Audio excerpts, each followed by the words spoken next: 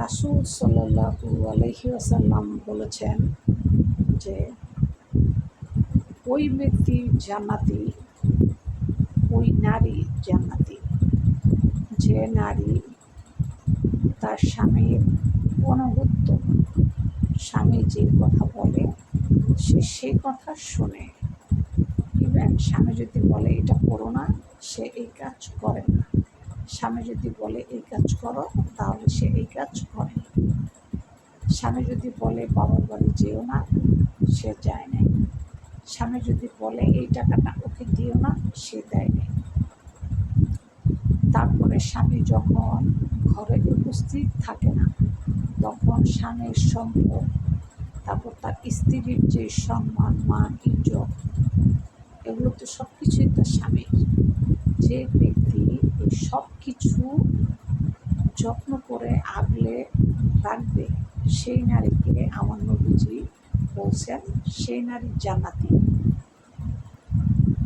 কিন্তু আমরা কি করি? স্বামী বাড়িতে না থাকলে আমরা বহুত কিছু করি, মানে আসলে কি যে করি, এগুলো যদি স্বামী জানে তাহলে মনে করেন এক দরজা দিয়ে আনবো আর ফেরা দরজা দিয়ে বের করবো। মানে এখন জেনারেশনের মেয়েদের যেটা হচ্ছে, বাস্তব কথা যেটা।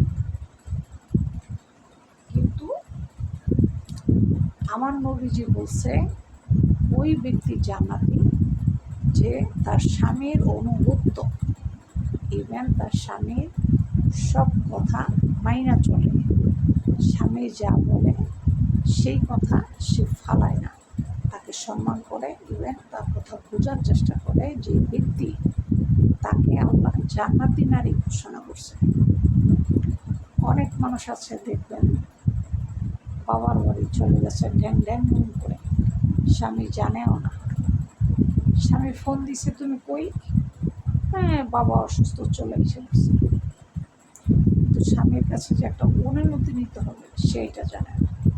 ঠিক আছে, এটা সে অন্যায় করছে। অনেক মহিলা আছে, কই তুমি? মার্কেটে। কেন গেছো? মার্কেট করতে গেছে। টাকাটা কিন্তু স্বামীর।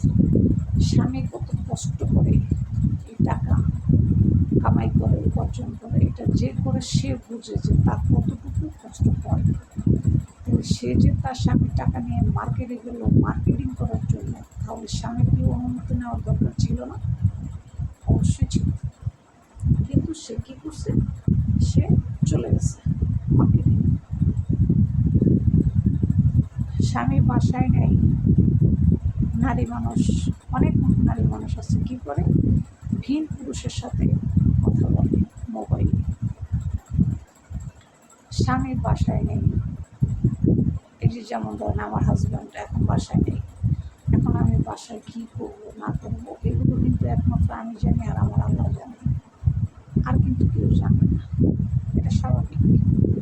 তাই সবসময় স্বামীর সংসারে থাকতে হলে, স্বামীর ইনকাম খাইতে হলে, স্বামী আপনাকে যেভাবে রাখবে আপনি সেভাবেই থাকতে হবে।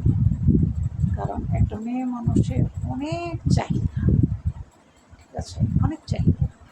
কারণ আমরা মেয়ে মানুষরা প্রচণ্ড লোভী, প্রচণ্ড পরিমাণে আমরা হচ্ছি লোভী। ঠিক আছে, একটা মেয়ে মানুষের এত লোভ, মানে এটা ভাষায় মানে প্রকাশ করার মতো না। তাই আল্লাহ নিজে ঘোষণা করছে যে ব্যক্তি তার স্বামীর কথা মতো চলবে সে নারীকে আল্লাহ তাআলা জান্নাতি ঘোষণা করছে।